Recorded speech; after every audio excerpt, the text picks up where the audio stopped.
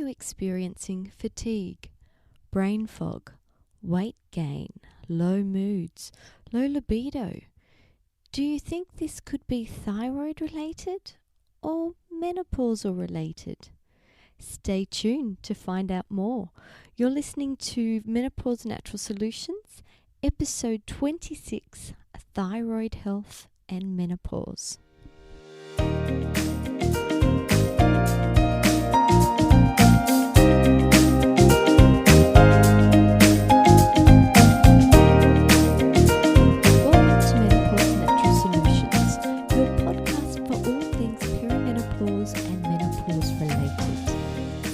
Tuned as naturopath Jennifer Harrington explains how to use natural therapies for your ultimate health and happiness.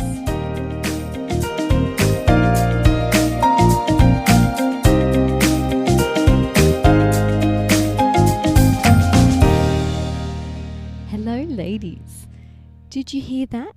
Episode number 26? Yes, that means for 6 months now, I've been putting out weekly podcasts. It's just amazing how time flies when you're having fun. So thank you so much for joining me. And if you're new to the show, welcome. I really hope you get a lot of value out of our time together. But today, to celebrate 6 months, I wanted to give something away, to thank you for being here and joining me on this journey. And that is, I've decided to give away 2 memberships to my Menopause online retreat. And this is something that money can't buy, as doors are closed now until later in 2020. So if you'd like to be in the draw and come and join me on my online membership, then all you have to do is join my email list by the end of November. It's that simple. So you can head over to my website, which is www.menopausenaturalsolutions.com, or you can head to the show notes and click on the link there.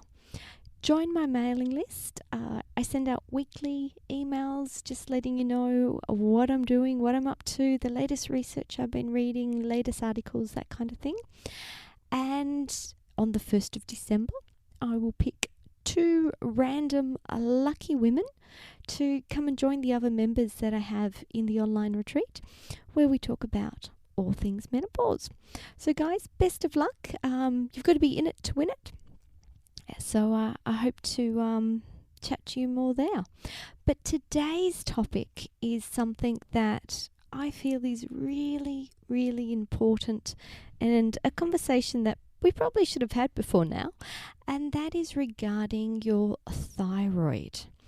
I'm not sure if you're aware, but there are estrogen receptors on your thyroid, and wherever estrogen receptors are located, it indicates that estrogen has a role in the proper function of that organ. So as estrogen levels start to drop, we find that the thyroid doesn't function as well. And this is evidenced by the fact that 1 in 12 women prior to menopause have a thyroid condition, yet 1 in 6 women will have a thyroid condition post-menopause. So we can really see that role with estrogen, and as it declines, the decline in function. The most common thyroid condition is hypothyroid, or a slow functioning thyroid. Your thyroid regulates your body's metabolic rate, as well as your cardiovascular risk, your digestive function, your muscle control, your brain development, your moods, your bone turnover, your longevity. It is so vital that we optimize its function in order to have a healthy and happy, long, healthy life. But anyway, today I want to talk to you a bit more about hypothyroidism, or underactive thyroid, because it is by far the most common thyroid condition. But there are other conditions such as hyperthyroidism, or overactive thyroid, nodular thyroid disease, thyroid cancer, etc. But what I'm really going to focus on is the underactive. All right, so symptoms that may indicate that you have an underactive thyroid include fatigue. And it's fatigue that is unresolved by sleep, unresolved by eating. It's just constant fatigue.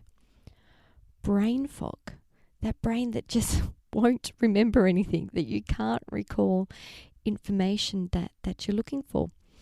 Also weight gain, hair loss, hair thinning, hair loss, brittle hair, brittle nails, dry skin, constipation, mood changes, irritability, depression, mood swings, lower libido.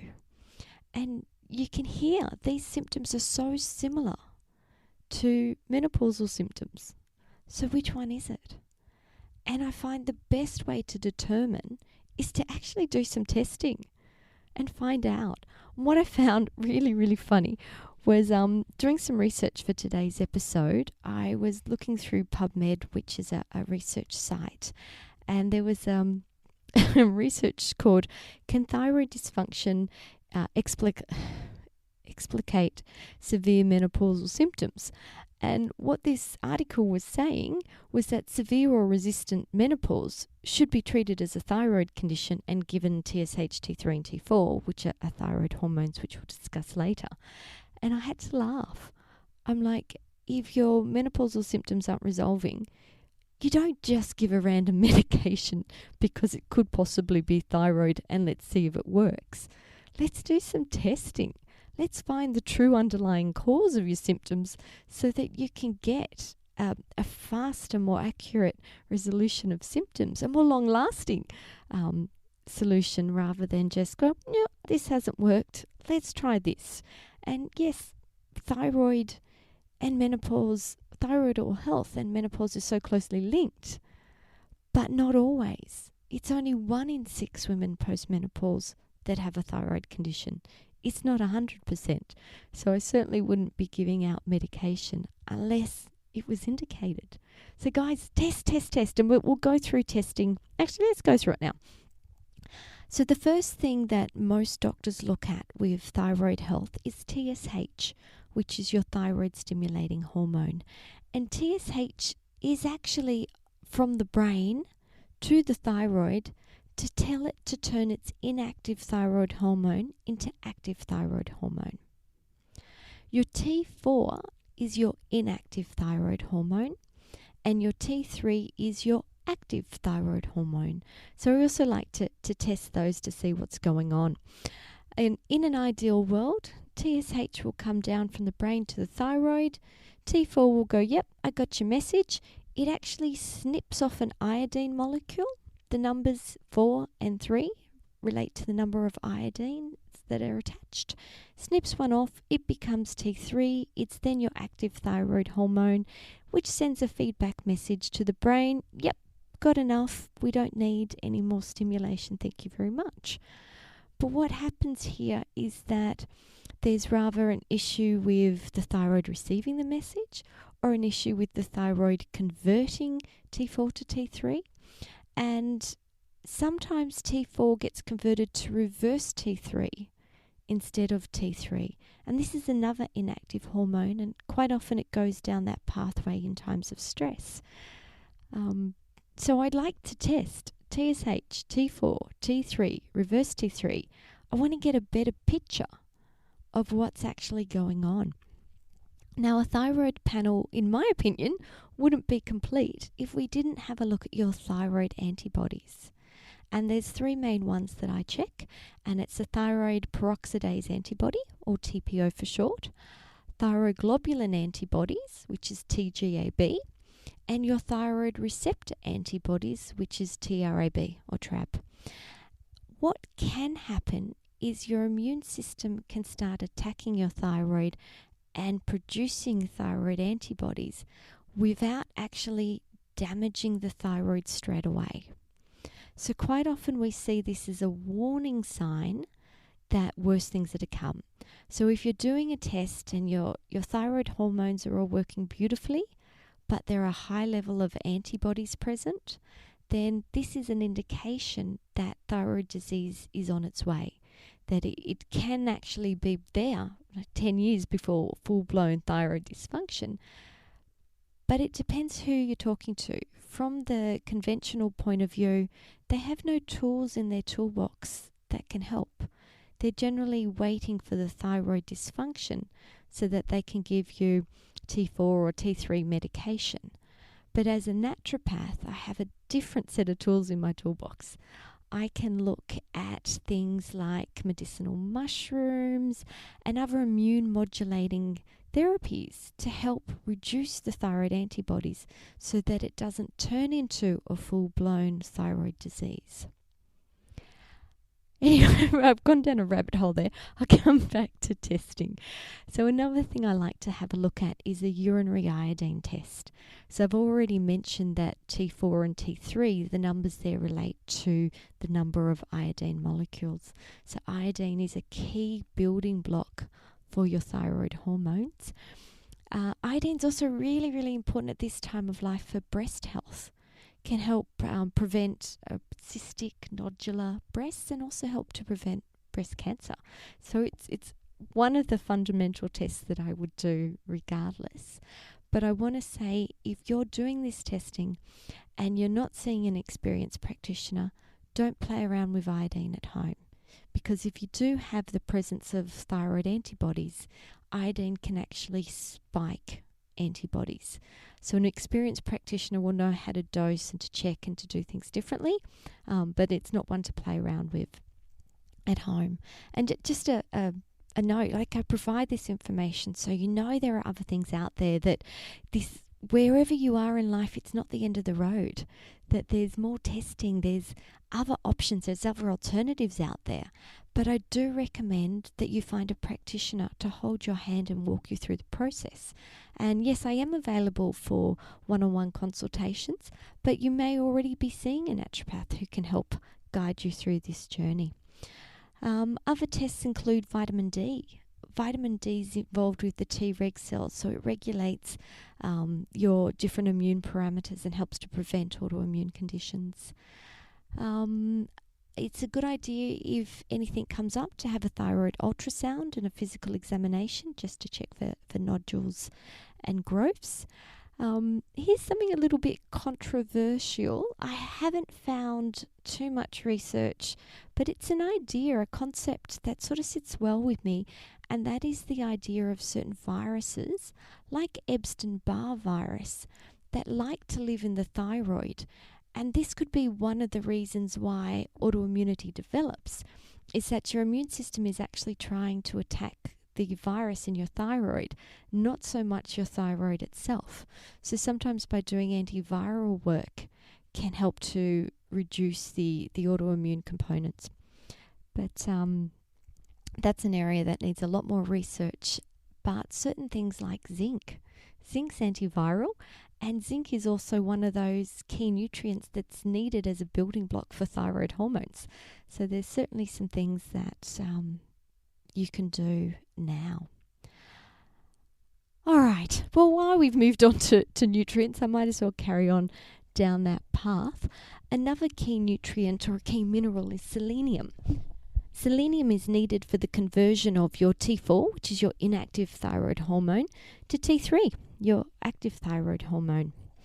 Tyrosine, along with iodine, is a key building block to form your hormones. Magnesium is needed to build T4 and also to help convert T4 to T3.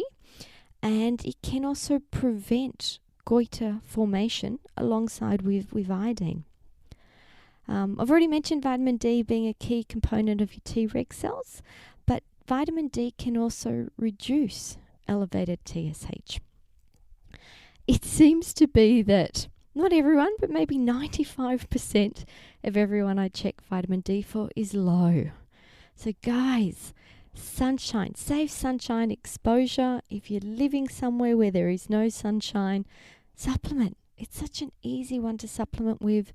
But you know me, I prefer testing. Test first, see actually how low you are so that you can get the right dose. And retest, check that the dose that you're on is working for you. In some countries, you can't get vitamin D for free. Like it's not part of the NHS or Medicare or your private insurance. Pay for it. it's not that expensive, and it's involved with so many different parameters of health. All right, I'll get off my soapbox and I'll move on. So vitamin A. Research has shown that it can reduce goiters and reduce antibody formation and improve thyroid function in women with a sluggish thyroid. How cool is that? Something you might not have heard of is the gut-thyroid connection. There seems to be a gut-everything connection these days, a gut-brain connection, gut-heart connection, gut-thyroid connection, that true to naturopathic philosophy is everything starts in the gut. If you have a healthy digestive system, your body works better on all levels. And the thyroid is no different. There is research linking gut health to thyroid health. So probiotics, in particular things like Saccharomyces boulardii, that can actually be quite beneficial for your thyroid function. A lot of women with hypothyroidism are deficient in B12. So that's also worth having a look at. And manganese is the final mineral that I'll mention today, and that helps transport T4. It helps to transport your inactive thyroid hormone into your cells. And it's really in your cells where that conversion to T3 or the active thyroid hormone occurs. Other supplements. So I like to use medicinal mushrooms. Medicinal mushrooms are more for the immune component rather than thyroid health itself. I think I've mentioned all the rest of them, your probiotics, your vitamin D, and herbs. There's certain herbs that we can use for thyroid health. Let's move on to diet. Because with diet, it depends whether it's autoimmune or not, but most people's Hashimoto's or hypothyroidism is immune-related. And we want to look at an autoimmune protocol. So there is actually a diet called the AIP diet, or the autoimmune protocol. I'm not always that strict, but to put women on gluten-free, dairy-free, sugar-free diet is a no-brainer. If you've got thyroid dysfunction and you're eating gluten, you're causing half of your problems. So please try a gluten-free diet. The other specific dietary advice with thyroid problems is goitrogenic foods. So goitrogenic foods slow down the functioning of the thyroid. And these include all your soy products, so tofu, tempeh, which I don't recommend at this stage of life anyway, and your cruciferous vegetables. Now, I do recommend cruciferous vegetables at this time of life, but the proviso here is that if you have thyroid issues, you can't eat raw cruciferous vegetables. And cruciferous vegetables include bok choy, broccoli, cauliflower, kale, cabbage, spinach. And the goitrogenic component is actually deactivated by cooking. So it's by having steamed vegetables or stir-frying vegetables that they're safe to eat. All right, guys, we've covered thyroid now. So basically, as you're going through menopause, your estrogen levels reduce. As we have estrogen receptors on our thyroid needs estrogen. If it's not getting estrogen, its function can also reduce, and the prevalence of thyroid condition doubles post-menopause with that reduction of estrogen. So it is really, really important to look at your symptoms. Could they be thyroid related? Should I be testing? And yes, I would test. And getting a thorough panel. Getting your doctor to say, yes, we checked your TSH and it looks okay. The TSH range is so big you can fit a Mack truck through it. A lot of these ranges were developed looking at what is the average. So they look at 95% of the population. And I don't know about you, I do not want to be as healthy as 95% of the population. I want to be in the optimal amount. So we squeeze that range in. We don't want to be at the upper end or the lower end. Actually, we want to be closer to the lower end, but we certainly don't want to be up at the high end. And make sure your doctor thoroughly looks at your thyroid. If you need help, reach out. I'm here for you. if you currently have a practitioner, reach out to them. Just say, look, I'm not sure this has been investigated thoroughly. Please, can we look at these tests? Can we look at some of these potential nutrients? With thyroid, I have given you the warning, don't play around with iodine if you've got an autoimmune component, unless you're under the supervision of an experienced practitioner. All right, guys, so lovely to speak to you today. Thank you for your company. And don't forget, if you want to join my Menopause online retreat, I'm giving away 2 free memberships. And all you have to do to be in the running is join my mailing list before December. Have a great day. Bye.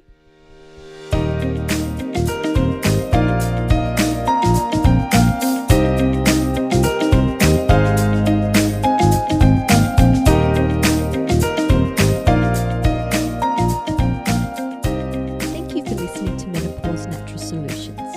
If you have enjoyed today's podcast, please subscribe, like, and share. The information is provided as a guide and is not designed